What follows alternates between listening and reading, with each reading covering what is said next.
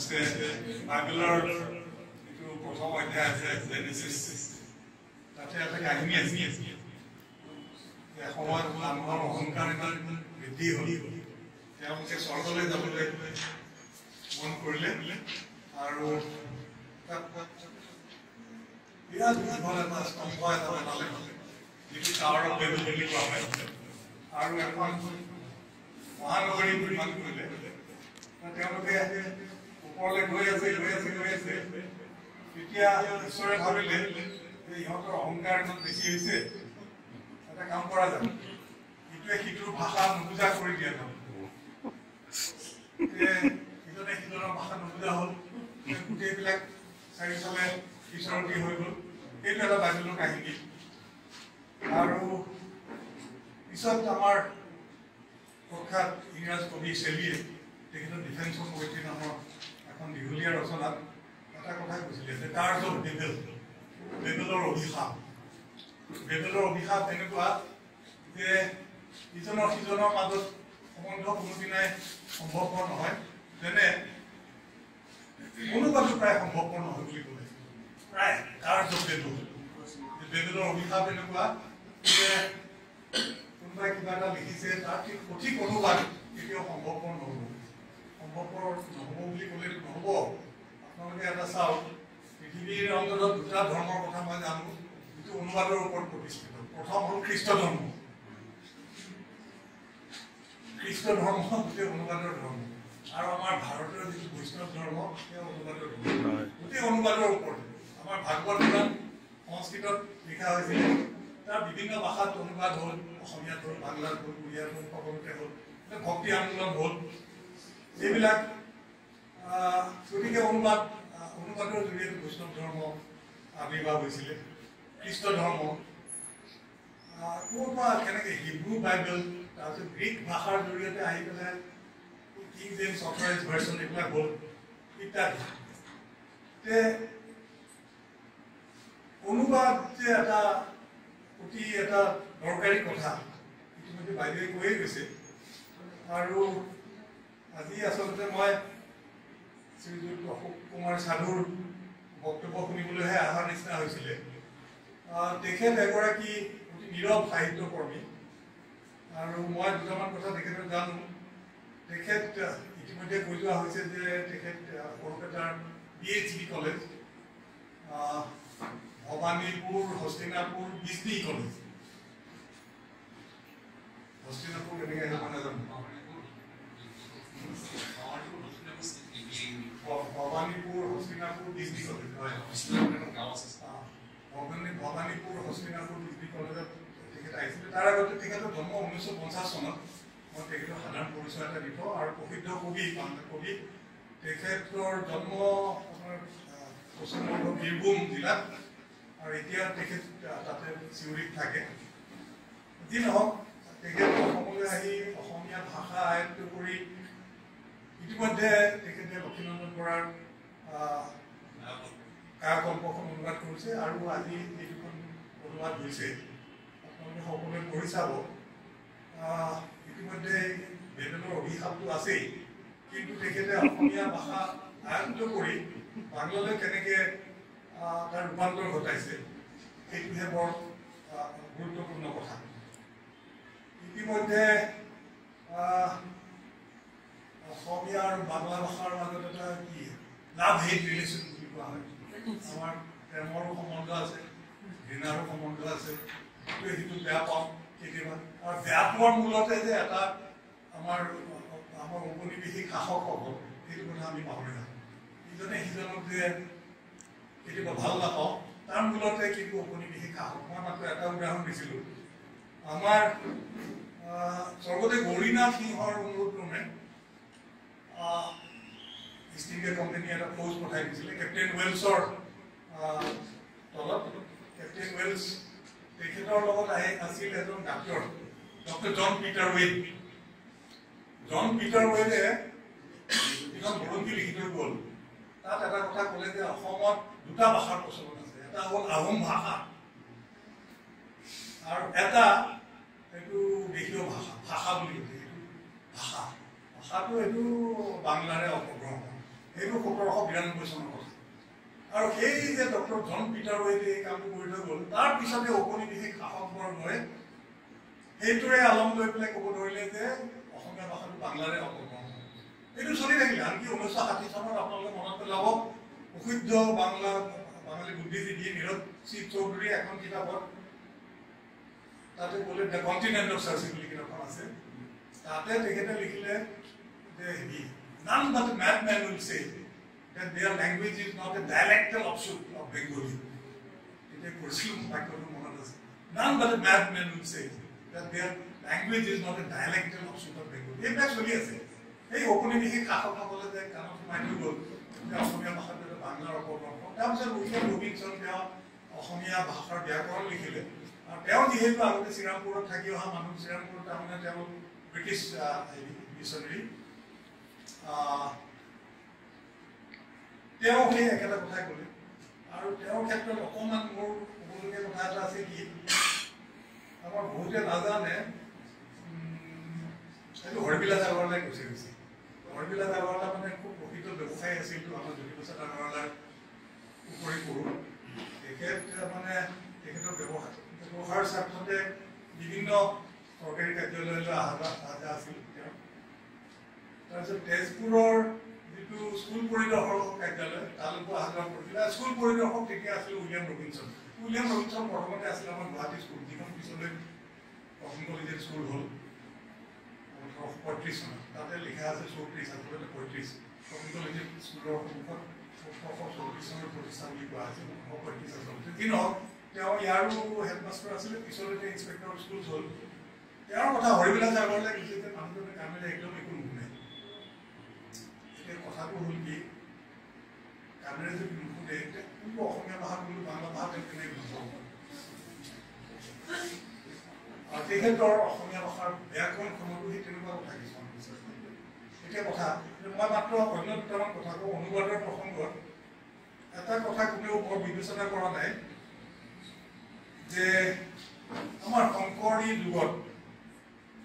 আমাৰ যিখিনি গুৰুচৰিত আছে তাতে এটা কথা খুব স্পষ্টভাৱে কোৱা হৈছে যে পিছলৈ যিজন মানুহ চৈতন্যদেৱৰ ভক্ত হ'ল ৰূপ গোস্বামী আৰু সনাতন গোস্বামী তেওঁলোকে প্ৰথমতে শংকৰদেৱৰ তাত শৰণ লৈছিলে শংকৰদেৱৰ ব্যক্তিত্বত মুগ্ধ হৈ তেওঁলোকে শংকৰদেৱৰ শৰণ লৈছিলে ৰূপ গোস্বামী আৰু সনাতন গোস্বামী লৈছিলে এইটো অসমীয়া চৰিত পুথিবিলাকত আছে বাংলা চৰিত পুথি তেনেকৈ নাই কথাটো হ'ল কি ৰূপ গোস্বামীয়ে বহুতখিনি ভক্তিমূলক কবিতা লিখি থৈ গৈছে আপোনালোকে চাব কেতিয়াবা গোটেইবিলাকক কিন্তু শংকৰী বৰ্গিত প্ৰভাৱটো খুবকৈ আছে ক'ৰবাত ক'লে যে গৈছে ভক্তিমূলক হেৰি আৰু ৰূপ গোস্বামীৰ এখন সংস্কৃত নাটক আছে তেওঁ গোটেইকেইজন কিন্তু বৰ ডাঙৰ সংস্কৃত পণ্ডিত আছিল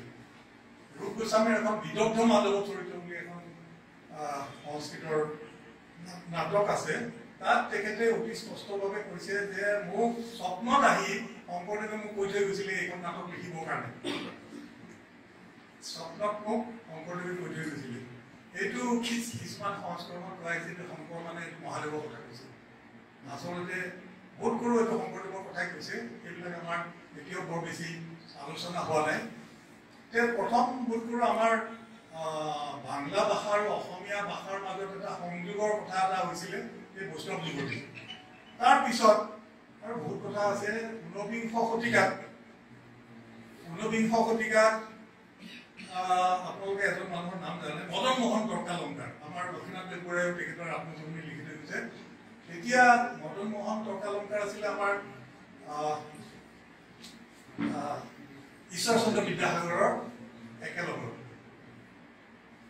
ঈশ্বৰচন্দ্ৰ বিদ্যাসাগৰৰ তেখেত সহপাঠী আছিলে আৰু দুয়ো সংস্কৃত কলেজৰ ছাত্ৰ আছিলে মদন মোহন তৰ্কালংকাৰ আৰু ঈশ্বৰচন্দ্ৰ বিদ্যাসাগৰ মদন মোহন তৰ্কালংকাৰৰ নাতি এগৰাকী আনকি এনেকুৱা কথা কৈছিলে যে সংস্কৃত কলেজৰ অধ্যক্ষৰ পদটো তেখেতক যচা হৈছিল কিন্তু তেখেতে এইটো ঈশ্বৰচন্দ্ৰ বিদ্যাসাগৰক দি দিলে দুয়ো সহপাঠী আছিল দুয়ো বন্ধু আছিলে আৰু দুয়োৰো মতৰ মানে কিছুমান একেধৰণৰ আছিলে তেনে দুয়ো বিধৱা ব্যৱহাৰৰ পক্ষপাতি আছিলে মদন মোহন তৰ্কালংকাৰ বিধৱা ব্যৱহাৰৰ পক্ষপাতি আছিলে আৰু দুয়ো মানে শিশুৰ কাৰণে পাঠ্যপুথি লিখিছিল। সেই তাৰে আমাৰ ককাহঁত মদন মোহন টকালংকাৰৰ সেই শিশু শিক্ষা পঢ়িয়ে ডাঙৰ হৈছিলে। এই পক্ষী চব কৰে ৰব ৰাতি পোহাই ল, এইবিলাক লক্ষ্মীনাথ বেজবৰুৱাই ধুনীয়াকৈ কৈ থৈ গৈছে। তেখেতসকলৰ প্ৰজন্মত এইবিলাক কৰিয়ে মানে ডাঙৰ হৈছিলে। তাৰপিছত চাবতেই আমাৰ হেমচন্দ্ৰ গোস্বামীৰ এটা যে কবিতা আছে প্ৰিয়তমাৰ চিঠি, তাত এটা শাৰী এটা আছে, মলয়াত উঠি উঠি ফুৰে পৃথিৱীত। কিছুমান বস্তু যেনে গান, কবিতা, মলয়াত উঠি উঠি ফুৰে পৃথিৱীত, শব্দ কিছুমান মলয়াত উঠি উঠি ফুৰে পৃথিৱীত। এই আমাৰ হেমচন্দ্ৰ গোস্বামীৰ প্ৰিয়তমাৰ চিঠি, সৌন্দৰ্যৰ বুকুৰ কাচলি উদঙাই প্ৰকৃতিৰ চৌঘৰ চালু পিতপিত, কুকুৰা ঠেঙিয়াই আখৰ কীৰ্তিত যি অমীয়া ঘনা আছে ক'তো আৰু নাই, কবি নিকুঞ্জত ফুলিদত কবিতাই মলয়াত উঠি উঠি ফুৰে পৃথিৱীত। এই মলয়াত উঠি উঠি ফুৰে কিছুমান শব্দ সুৰ কিছুমান আহি পৰে। তেনেকে এই কালি আমাৰ গায়ত্ৰী ছোৱালীজনী ঢুকালে, গায়ত্ৰীৰ কণ্ঠস্বৰটো ভাঙি ভাঙি আছে, এতিয়া বতাহে আকাশে বতাহে ঘূৰি আছে। তেনেকে আমাৰ মদন মোহন টকালংকাৰৰ এই কবিতাটোৰ মলয়াত উঠি উঠি ফুৰে পৃথিৱীত তেনেকুৱা ধৰণৰ আছিলে। তাৰপিছত ফুটিল মালতী ফুল, সৌৰভ ছুটিল, ফুটিল মালতী ফুল, ফুলিল মালতী ফুল পৰি পৰি ৰল, বিলোৱা সৌৰভ মাত্ৰ জগতত ৰল, ভাগি গল দিনখনি ছিগি গল তাৰ, ৰৈ গল অৱশেষ অমীয়া জনী। একেবাৰে মদন মোহন টকালংকাৰৰ সেই বাক্যটোৰ পৰাই আমাৰ আহি গৈছে ইয়ালে। সেই প্ৰজন্মটো আমাৰ এই বাংলা কিতাপ পঢ়িয়ে ডাঙৰ হৈছিলে। তেনেকে অসমীয়া আৰু বঙালী লিপিৰ এটা সহজ সমন্বয় এটা আছিলে। আৰু মই যিটো ক'লো, যিখিনি অকণমান মানে ঠিক শত্ৰুতাৰ এটা ভাৱ এটা, এইটো তাৰ কাৰণে দায়ী আমাৰ ঔপনিবেশিক শাসকসকল। আৰু এই বিষয়ে আজি সকলো সচেতন হৈছে, আজিকালি কোনেও তেনেকৈ নকয়। আমাৰ কিছুমান নঘটিবলগীয়া ঘটনা ঘটি গৈছে, কিন্তু আকৌ কওঁ এই অনুবাদৰ জৰিয়তে আমাৰ সাকোখন নিৰ্মাণ হ'ব গৈছে। ইতিমধ্যে কবিতা বাইদেৱে ধুনীয়াকৈ কৈ থৈ গৈছে। আমাৰ অশোক কুমাৰ চাহুৱে যিটো কাম কৰিলে, তেখেতক আজি ৰাজহুৱাভাৱে অভিনন্দন জনাব লাগিব আমি সকলোৱে। তেখেতে ৭০ৰ দশকতে আহি ইয়াত BHP কলেজত অধ্যাপনা কৰিলে। তেখেতে ইংৰাজী বিভাগৰ অধ্যক্ষ আৰু কলেজখনৰ উপাধ্যক্ষ হিচাপে তেখেতে অৱসৰ গ্ৰহণ কৰিলে। কিন্তু অসমীয়া ভাষা সাহিত্যৰ লগত তেখেতৰ সংযোগ কেতিয়াও এৰা নাই। আৰু এই দুখন কিতাপ যে আমাক আজি উপহাৰ দিলে, তাৰ কাৰণে গোটেই জাতিটোৰ হৈয়ে মই তেখেতক আজি অভিনন্দন জনাইছোঁ। আৰু মামণি বাইদেউ ২০ শতিকাৰ ভাৰতীয় সাহিত্যৰ এক অতি শক্তিশালী কণ্ঠস্বৰ। আৰু কিছুমান আছে অতি সুন্দৰ ডাঙৰ সাহিত্যিক, কিন্তু মামণি বাইদেউৰ আৰু বেলেগ এটা কথা এটা আছে, মানুহ হিচাপে এনেকুৱা পবিত্ৰ মনৰ মানুহ আছিলে। আৰু আপোনালোক সকলোৱে জানে, দিল্লীত যিখিনি মানে আমাৰ অসমীয়া ছাত্ৰ ছাত্ৰী যায়, তেওঁলোকক সদায় কিবা ১০০ টকা ২০০ টকা দি সহায় কৰি মৰমৰ মাত এষাৰো দিয়ে। ইমান ভাল পাইছিলে চবেই। আৰু মামণি বাইদেউ বুলিলে বহুত কথা আহে, আমাৰ উপেন লেখাৰু ছাৰৰ কথাও আহে। উপেন লেখাৰু ছাৰে যে এই মামণি বাইদেউ যেতিয়া দিল্লী বিশ্ববিদ্যালয়ত যেতিয়া চাকৰিৰ কাৰণে ইণ্টাৰভিউ দিবলৈ আহে, আমাৰ উপেন লেখাৰু ছাৰে যে অনবৰতে ধ্যান কৰি আছে, ছোৱালীজনীয়ে যে পায়, সেইবিলাকো মনত পৰে এতিয়া। আৰু ইতিমধ্যে কবিতা বাইদেৱে কোৱাৰ নিচিনা এগৰাকী বেলেগ ধৰণৰ মহিলা আছিলে। আৰু আমাৰে দুৰ্ভাগ্য, তেখেত আমাৰ পৰা অকালতে আঁতৰি যাব লগা হ'ল। তেখেতক মই এবাৰ কন্দা দেখিছিলোঁ। আৰু এই আমাৰ সাহিত্য সভাৰ যিটো হেৰি আছে, আমাৰ ভগৱত প্ৰসাদ বৰুৱা ভৱনত সভা হৈছিলে।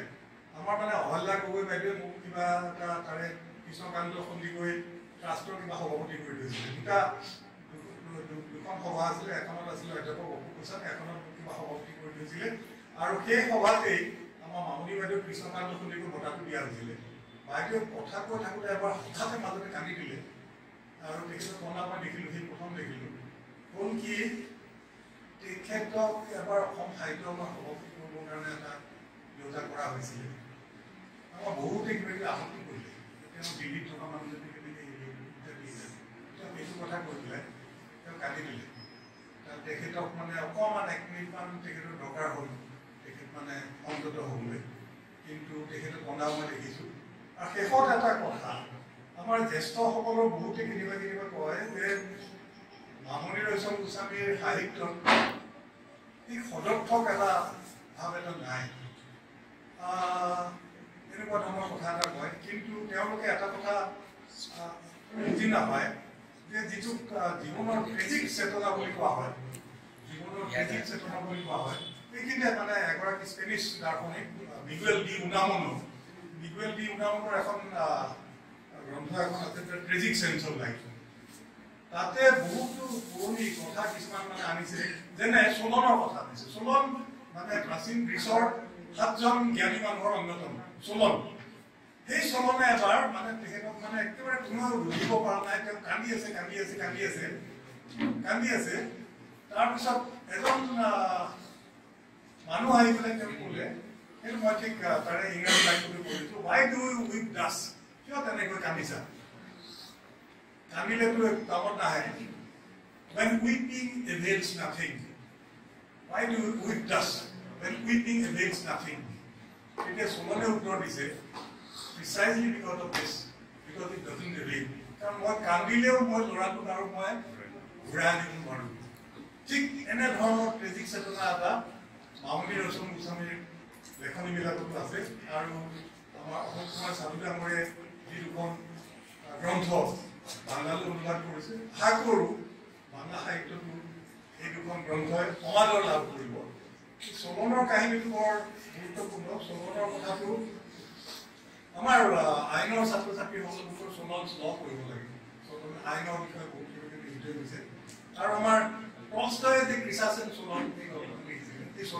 এই চলনে মানে ইমান জ্ঞানী মানুহ আছিলে কিন্তু তেওঁ কান্দিছে I do weep thus when weeping avails nothing. সেইকাৰণে কান্দিছোঁ কাৰণ মই কান্দিলেও মোৰ একো লাভ নাই সেইকাৰণে কান্দিছোঁ কান্দিলে কেতিয়াবা লাভ আছে যেনে ৰামকৃষ্ণ পৰমহংসই কান্দে মা বুলি কান্দে তেওঁ কয় যে কান্দিলেহে মাক আহিব তেনেকুৱা কথা এটা কয় কিন্তু